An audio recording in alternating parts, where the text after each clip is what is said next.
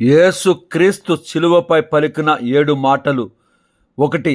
తండ్రి, వీరేమి చేయుచున్నారో వీరెరుగరు గనుక వీరిని క్షమించమని చెప్పెను. లూకా 23:34. 2. నీవు నాతో కూడా పరదేశులో ఉందువని నిశ్చయముగా నీతో చెప్పుచున్నాను. లూకా 23:43. 3. అమ్మా, ఇదిగో నీ కుమారుడు అని తన తల్లితో చెప్పెను. యోహాను 19:26. 4. ఏలి ఏలి లామా సబక్తాని అని బిగ్గరగా కేకవేసెను. మత్తయి 27:46. 5. లేఖనము నెరవేరినట్లు నేను దప్పిక గొనుచున్నానను. యోహాను 19:28.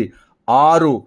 చిరక పుచ్చుకొని సమాప్తమైనదని చెప్పి తల వంచి ఆత్మను అప్పగించెను. యోహాను 19:30. 7. తండ్రి, నీ చేతికి నా ఆత్మను అప్పగించుచున్నానెను. లూకా 23:46.